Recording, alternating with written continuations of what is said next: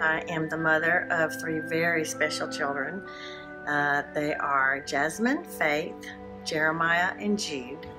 And my children are miracles. In fact, all 4 of us are miracles. My children were born prematurely at 25 weeks. I had an emergency C-section, and all 4 of us should have died. But by the grace of God, we all lived and survived. All 3 of my children together weighed less than 5 pounds at birth, 5 pounds at birth. They were in the NICU in the hospital for, Jasmine was up to 4 months. The boys were in 2 months. And by the grace of God, they never had to go back for 1 year. We were blessed tremendously by the power of prayer. When I was in delivery, I had people in over 30 states praying for all of us. So we stand here as a miracle and give all the glory to God. And through His name, my children live and they prosper, and we all love the Lord. Caitlin, when she was a toddler, when she was growing up, sleepless nights, everybody would say, oh, my kid's sleeping at 6 weeks. My kid was 6 years old and still not sleeping at night. She's almost 17 and still sometimes doesn't sleep all the way through the night. She has night terrors. One-on-one, you wouldn't notice much of a difference, her interactions with other children one-on-one, but you could tell something, we could tell something was different. We had teachers and preschool teachers ask us, you know, had we ever heard of Asperger's or autism? And the answer was, well, yes, kind of, but I didn't know a lot about it.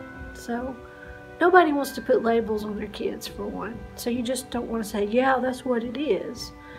But we kept it in the back of our minds. I mentioned it to our pediatrician. The pediatrician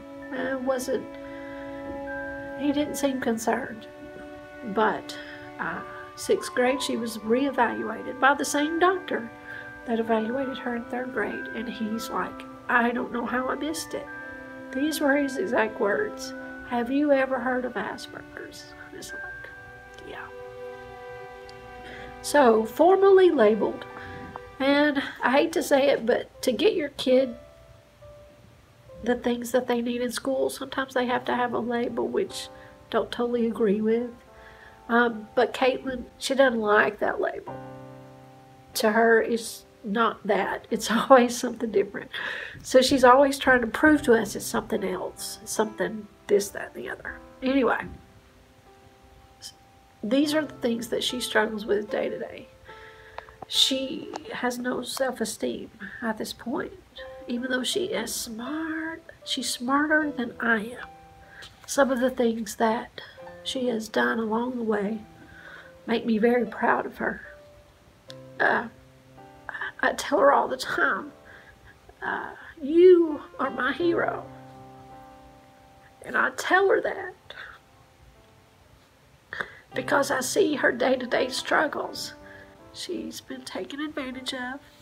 She has been bullied. She has been picked on. Sometimes she's been picked on and hasn't even understood that that's what was being done. She's been made fun of. And this is not just by kids her age, but friends and family too. And so along the way, that affects us as a family.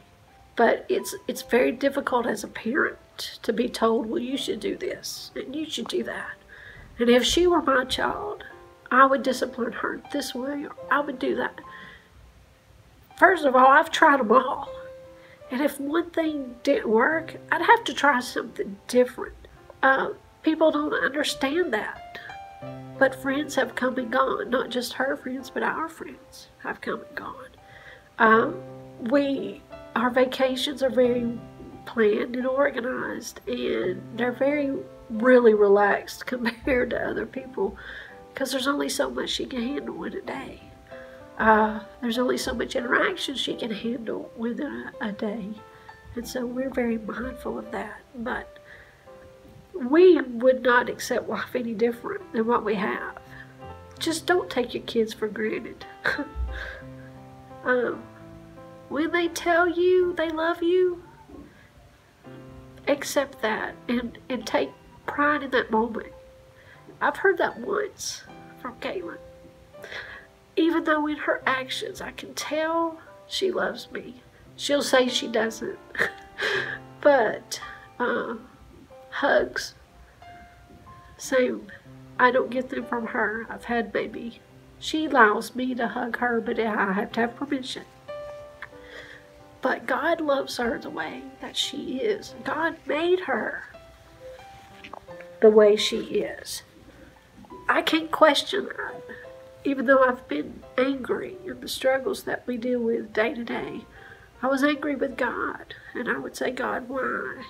But God pointed me back to a verse where he was talking to Moses at the burning bush. And he says, I am the great I am. I am. And he talks about he made the deaf, the blind. And who am I to question that? He made my kid, and she has autism. It's very hard to find services and things for her. But God has provided a way through the school, through Skyuka Hall, also through behavior therapists that we're working with now.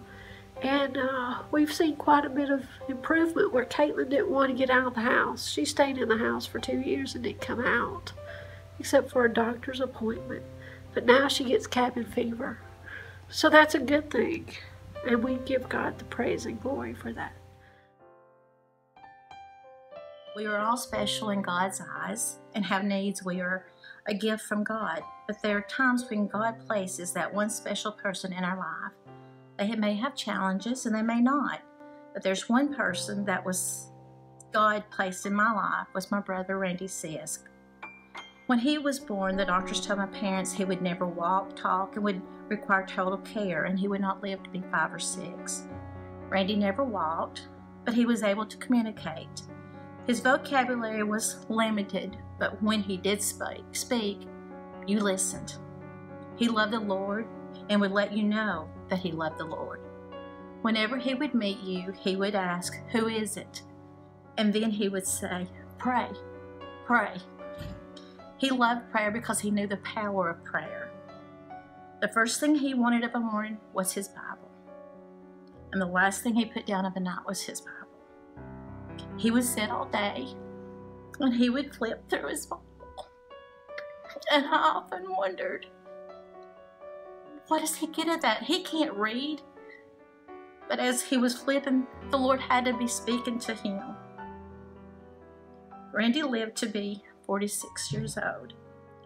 And you know, I think God placed Randy in our lives because we needed him more than he needed us. He was our magnet. He worried about our salvation. He worried about us. And you could always feel the presence of God around him. In 1947, my mother and daddy presented me with a baby brother. I was nearly 13, so he was my play pretty for years and still is. He is 71 now and going strong. He was told, we were told, that he would probably not make it to adulthood. But a couple of days after he was born, we knew something was wrong, and my daddy and a couple of neighbors took him to Chattanooga Children's Hospital, and it was determined that he had cerebral palsy. He had had an injury at birth, and the injury affected the motor part of his brain, which the arm, one whole side of his body, the arm, leg, and the tongue was affected. So we played with him and took care of him, and my mom and daddy took him to all kinds of doctors. But you have to realize, at that time, at that era, there was not the knowledge, there was not the information of what to do. But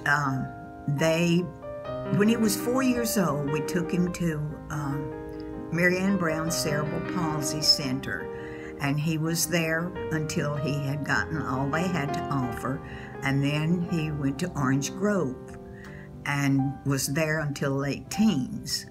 And then we brought him home and kept him at home, but he didn't stay at home. My mom and daddy never went anywhere they couldn't take him. He was a social person. I don't know where he got that, but he was a smiling, happy soul, and still is. But it was difficult in a way, but not in a way. We had some pain, we had tears. There was times when it was hurtful, when people would stare and not understand what it was. But he was happy, and he made us happy. He taught us so much. He taught my children compassion. He always went to church. Mom, Daddy, every Sunday he was in church. Well, he would not get out of bed on Sunday morning until Brother Joe Colston dedicated a song to his friend Kenny Webb. Then he would get up and get ready to go to church. When my dad was older, couldn't take care of him, my mom passed away, I couldn't handle him. He was a pretty large young man, middle-aged man then. So when he was 40, we had him in Green Valley Developmental Center, which was wonderful, absolutely wonderful. He had a life. He was with his peers. He went fishing. He went bowling. He did everything. And he could still walk just a little bit with being held, but now, soon after that, he was in a wheelchair. But he has just been given, I was trying to think of the word, I call it a computer.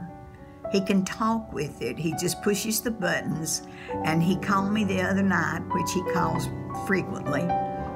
And it was a surprise. They had finally gotten it. It's a device that goes on his wheelchair. And he pushed the button and it said, "Hi, my name is Kenny Webb." And he laughed. He had really pulled one on me. But he's learning to, this device is amazing. It has everything on there that he would want to say, ask for, or do. He has brought us joy. He has such a great sense of humor. He loves to pull jokes. And it just like I say, he taught when my children were small, he taught them compassion and love. My mom said one time when Hal, my son, was there, he was about 4 or 5 years old, and he was spending a few days with Nana and Papa. She was tired. She'd laid down on the bed, and a little bit she heard this slop, slop, slop, and you know. She got up, looked, and my little Hal had pushed a chair up to Kenny and was giving him a drink of water. He was standing on that chair giving Kenny a drink of water. And that has always touched me to remember that. But he's 71. He's going strong. He's getting a little frail. He has to take a nap in the afternoon, which his sister does too. But what I can say is when God gives us something that we don't understand, we take it as it's given to us, and we love it, and we make the best of it. And I can say that our family has made the best for Kenny, and he made the best for us.